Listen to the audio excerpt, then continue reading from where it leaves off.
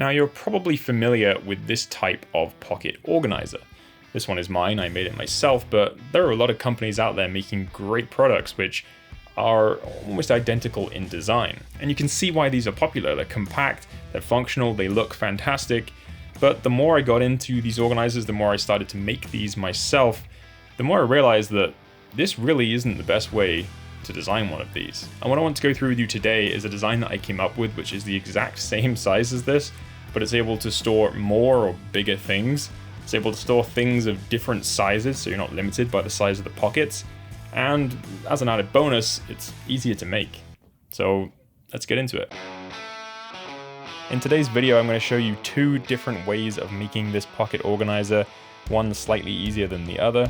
As with previous videos, the patterns for those designs plus the pattern for the 2-compartment organizer I just showed you will be available on the website, this time completely free forever, code below. I'm giving this to you guys right up front, but I'd appreciate it if you could stick around, watch the video, see how the different patterns are made, and see which one is right for you. This has to be one of my favorite designs I've ever made, so stay tuned for something that I think you're really gonna like.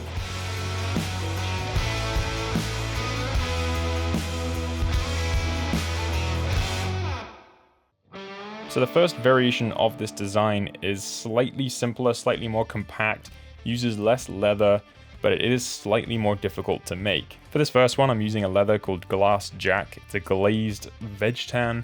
Comes from a company called OA Leather Supply here in Canada. So we're essentially going to follow the usual steps. We're going to cut out the design, bevel the edges, burnish the edges. I like to burnish the inside flesh side. You certainly don't have to do this, but I find that it helps to stiffen up the leather quite nicely, and it just gives you a really nice smooth surface on the inside, and it just looks really nice and professional. You might notice that I've left more material than I need on the bottom of the wallet. That's because at the end, once we've glued everything together, we're going to cut everything at once to get a nice clean edge. I do just like to square off my edge first to make sure that I have something to line up against when I'm gluing. This design gets glued in 2 stages.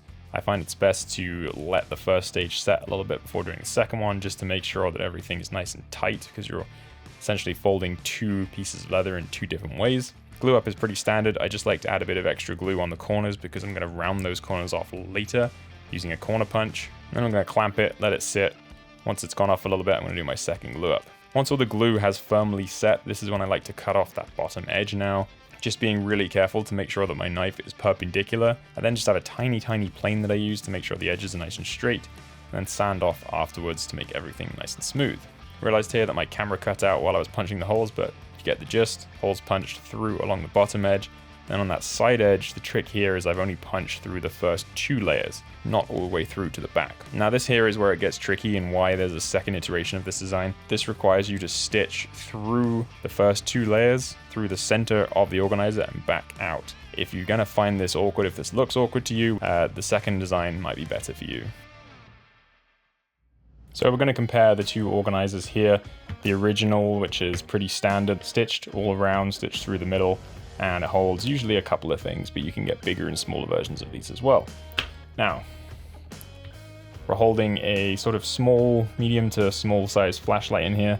It's a bit tight, but we can get it out if we pull pretty hard.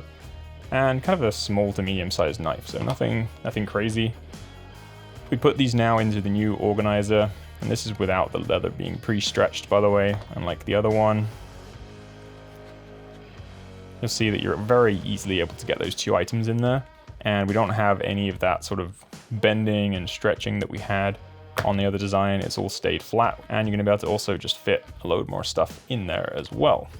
So if you wanted to start just jamming other things in here now, still plenty of space. And the other thing about this is that because there's no specific divider sizes, you can also alternate and have bigger items on one side, smaller items on the other. You know, if I want to have something flat, you know, a flat knife instead, I want to carry my duk, for example, I can put that in there. That takes up a lot less space, which gives me more space now for other things. If I wanted to put my lighter in there, I could. So it's really customizable to carry all sorts of different things.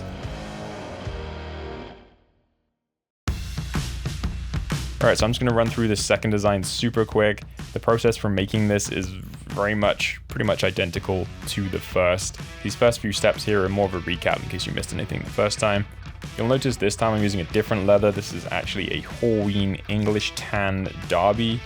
I believe it's probably a second run. It was about 15 bucks a foot. I don't know why it was so cheap, because this stuff is pretty awesome actually. This pattern does require a little bit more leather, quite a long piece, so you need to make sure you're not buying small 1 square foot pieces because they might not be long enough. One thing I did try this time around that I didn't do before was doing a nice creased edge on the top. I just bought this creaser from Tandy, it's brand new, so I wanted to try it out, and I was actually super happy with the result. It came out with this really professional looking edge that I'm a really big fan of, and I originally bought this actually for doing like more higher end wallets and things like that, so it's nice to try it out on this piece and see that it actually works really well. Glue up is pretty much exactly the same, the only difference being you're going to have 3 stages of glue this time instead of 2, so you do really want to make sure that you're keeping it really nice and tight on every single stage of this. Any looseness and you're going to see it on the finished edge at the end. Till recently I was roughing my edges with an old knife, just sort of scraping away at it. This rougher was about 15 bucks and it's saved me so much time. I tried to avoid having one, but I thoroughly recommend it because it really helps with getting a really nice, good seal on those edges. Again, I cut the bottom edge off really nice and cleanly, punch those corners, sand everything off just a little bit, get it nice and straight. And then the difference being this time I'm not going to be doing holes, punching holes all the way up the edge of the piece, just along the bottom edge. I like to measure to the center and start from the center when I'm punching to make sure that everything's symmetrical on both sides. And then stitching is going to be way easier than that first version because all you're going to do is just this typical stitch through and through from one end to the other. And then once that's stitched, all I do is just like my mountain wallet, add a couple of really nice brass rivets to the back there to hold the back pocket in place. This variation is by far my favorite because it's so much easier to make and it has the extra pocket, but I thought I'd give you both options and leave that choice up to you.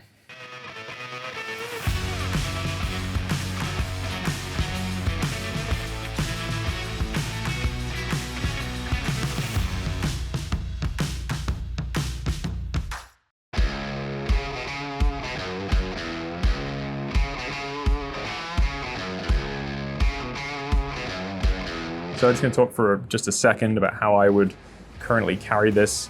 To be honest, the reason I originally designed this wasn't actually so much to try and improve on existing designs, it was to try and think of something that I could use in multiple different scenarios. It wasn't actually to make it hold more stuff necessarily, but what I realized with the original designs is that you're really limited to the sizes that you have here, and I wanted to be able to carry different things at different times of the day, and I realized that to do that I would have to make multiples of these. I'd have to make them with different sizes, and that just seemed really inefficient to me. So what I like about this is that, you know, for my typical carry, I might carry a knife.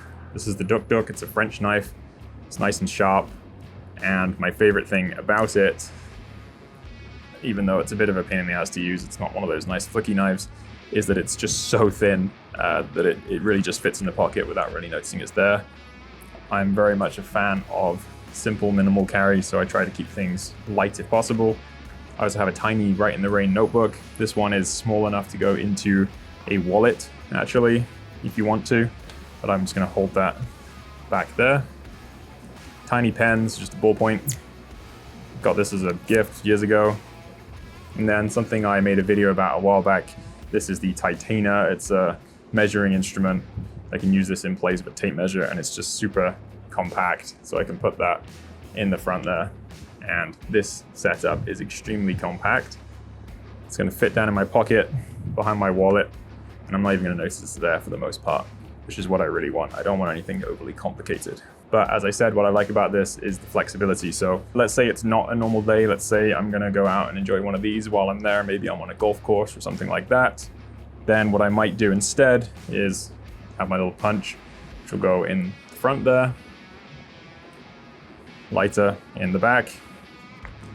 You see, got a beautiful compact carry there, little setup.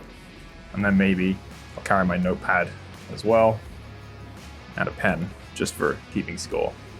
So you see just how sort of convenient it is that you can really make this modular to whatever it is you're going to be carrying on any given day. Anyway, that's it for today, so thank you for stopping by. Don't forget to like, comment, subscribe, and hit that notification bell for all future videos the moment they come out.